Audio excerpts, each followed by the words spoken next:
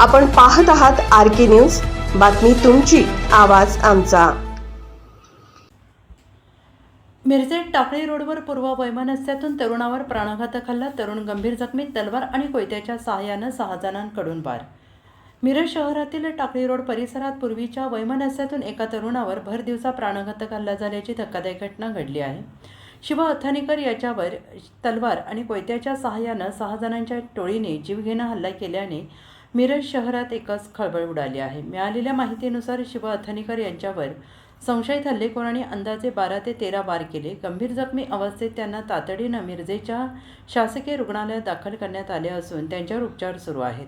हल्ला केल्यानंतर आरोपी घटनास्थळावरून फरार झाले आणि या घटनेमागे 2 गटांमधील जुने वैमनस्य कारणीभूत असल्याची चर्चा असून अथानीकर हे शेख गटाशी संबंधित असल्याचं बोललं जात आहे।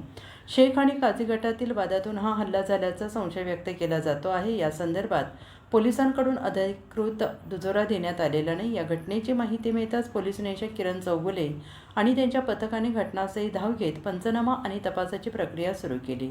अप्पर पोलीस अधीक्षक कल्पना बारवकर यांनी घटनास्थळी भेट देऊन परिस्थितीची पाहणी केली, तसेच तपास जलद गतीने करण्याच्या सूचना संबंधित अधिकाऱ्यांना दिल्या।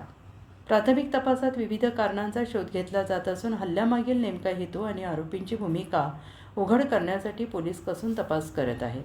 भर दिवसा झालेल्या या रक्तरंजित हल्ल्यामुळे टाकळी रोड परिसरासह संपूर्ण मिरज शहरात भीतीचं वातावरण निर्माण झालेलं असून नागरिकांमध्ये चिंतेचं वातावरण पसरलं आहे।